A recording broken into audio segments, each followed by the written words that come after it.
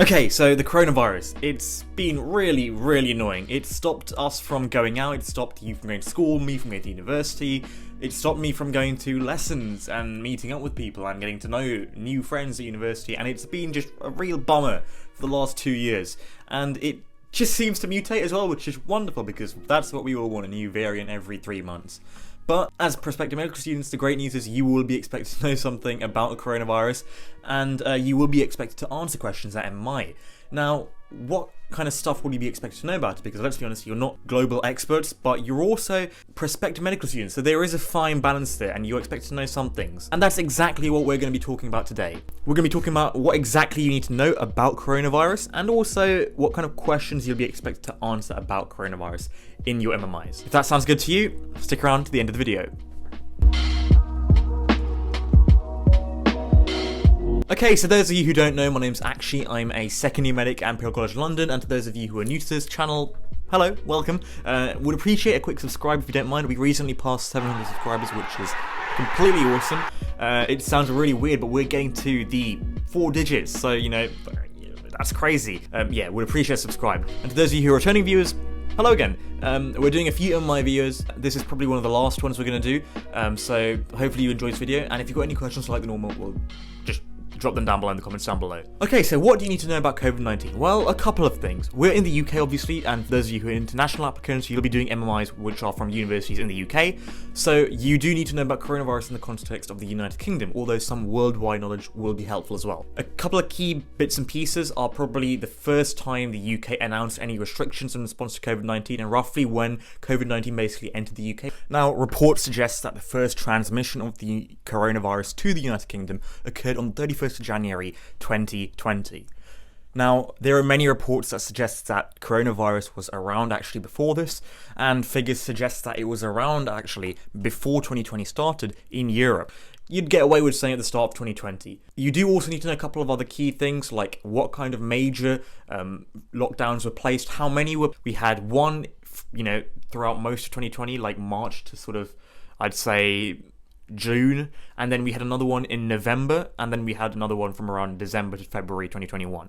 So those are the 3 main lockdowns you need to know about. You also probably want to know about any other big sort of measures that were brought in, so things like workplaces shutting, schools closing partially, shops shutting, so those kind of measures you might want to know about. Not too much detail, but sort of what were the big measures that were brought in. And also you might want to know sort of like case numbers, death numbers. Now, not down to specific exact numbers, but rough figures. Were they in the hundreds or thousands or 10,000s across the UK up till now? And sort of like, when were the major spikes of hospitalizations and cases? So obviously we had a spike early on, right when the pandemic started. We had one also in winter of 2020, and then we've just had a spike, or 2 spikes actually, one in the summer, and we're just having the Omicron spike right now, depending on when you're listening to this video. So we've had roughly 3 to 4 spikes, depending on how you want to count it. It's important to know that kind of information as well. Now, as well as that, the last bit you want to know is the science behind COVID. What is COVID? So COVID, as you all know, is a virus. It's a coronavirus, which, is a member of a family of coronaviruses, which have been around for a very long time. Coronaviruses are typically one of the viruses that cause the common cold. So there are a lot of other viruses like rhinovirus that cause the cold, but coronaviruses are one of the viruses that do that. And this SARS-CoV-2 is just one of those viruses, and it tends to be quite a bad one. You also want to know about basics of transmission. So COVID initially was thought to be spread purely by bodily fluids and sort of respiratory fluids. It's now being believed to be an airborne virus, spread through particles, which are sort of expelled into the air through coughing, breathing, sneezing. So all of those modes of transmission are correct for COVID-19, as well as your typical modes of bodily transmission. So it's really important that you guys are aware of this. It's a respiratory virus, so remember that it infects partially the cells in your upper respiratory tract, so the back of your throat. More down in the chest were for Alpha and Delta strains, but for Omicron, it is more localized to the upper throat. We don't know how that's going to change with new variants, but for the time being, that's all you need to know. And also, you might want to know about immunizations. Vaccines are the biggest topic, arguably, of the last however many months, and you want to know how vaccines work, a very basic understanding, and what an mRNA vaccine is. What are you going to be expected to talk about MMI? Now, this is the next part of the video, and it's arguably sort of a more interesting part.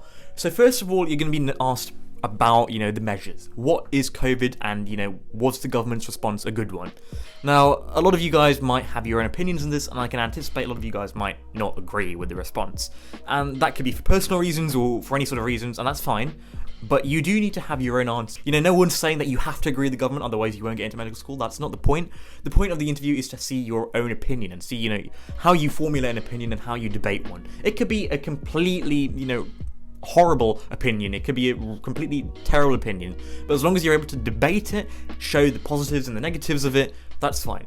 So you almost don't have to say your own opinion. You could pick any sort of stance on the measures that were brought in by the government, but as long as you show the positive and the negative sides of that stance, that's good enough, really. For example, if you want to say that lockdowns were good, you could say lockdowns, yes, were good because obviously they bring down transmission rates. We see case numbers drop during lockdowns, and typically also they ease the stress on the National Healthcare Service, but they're also bad. They have economic implications, financial problems for businesses, and also social factors where people have increased rates of depression and loneliness and also other forms of mental health disorders.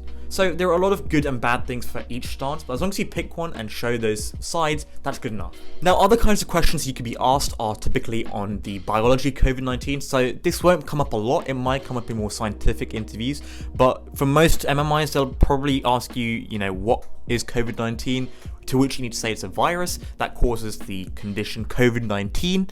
A key thing to remember is that COVID-19 is the name of the condition, whereas the actual virus is called SARS-CoV-2. So those are two things you don't want to get mixed up on. Coronavirus itself is a term I wouldn't use at MMI because it's just quite a vague term. Obviously you can use it in, informal conversation or when you're away from your interview, but just for the purposes of keeping things clear, I would stay away from the term coronavirus and just stick to SARS-CoV-2 when you're referring to the virus itself, and COVID-19 when you're referring to the disease that it causes in humans. That's just a really easy way to stay transparent with the interview as to what you're, conversing about. Now, you'll be asked definitely some questions about vaccinations and its morals. You should definitely bring in the biology of how vaccination works and why it's so important that everyone gets vaccinated, because vaccinations works on the principle of a global sense of immunization as opposed to a one-off person immunization. It works very much based on a sort of herd immunity where everyone should be immune to it so that the virus has nowhere to move throughout. But you also need to acknowledge that viruses and vaccines are, very controversial topics. They are a personalized thing. So for example, a vaccine is a personal choice. You can't force vaccination upon anyone, regardless of who they are, because a vaccination, again, is personal, it's personal health. So if a person chooses to decline the vaccine for whatever reason, you should be able to respect that, although you should encourage them to get it. Now, the final thing you might be asked about COVID-19 is how it's affected the National Healthcare Service. Now, I'm not going to spend too much time talking about this. I've done a separate video on the National Healthcare Service where I go into this in a lot more detail. You can have a look at this here. I'll leave it on the screen somewhere. But what is just generally helpful to know is that COVID-19 not only has impacted the current state of the National Healthcare Service by putting more stress on it, reducing the number of patients that are coming in for other conditions because there's no beds available, and also putting healthcare workers at more risk of catching diseases. However, it has impacted a lot of other things, a lot of other pre-existing problems that were there with the NHS. For example, an aging population. It's put more of a strain on us. It's put more of a strain on financial resources of the National Healthcare Service. It's put more of a strain on Brexit impacts the NHS is having. So you've got to be able to digest these impacts and sort of drag them into your conversation. Now, that's essentially all you need to know about COVID-19.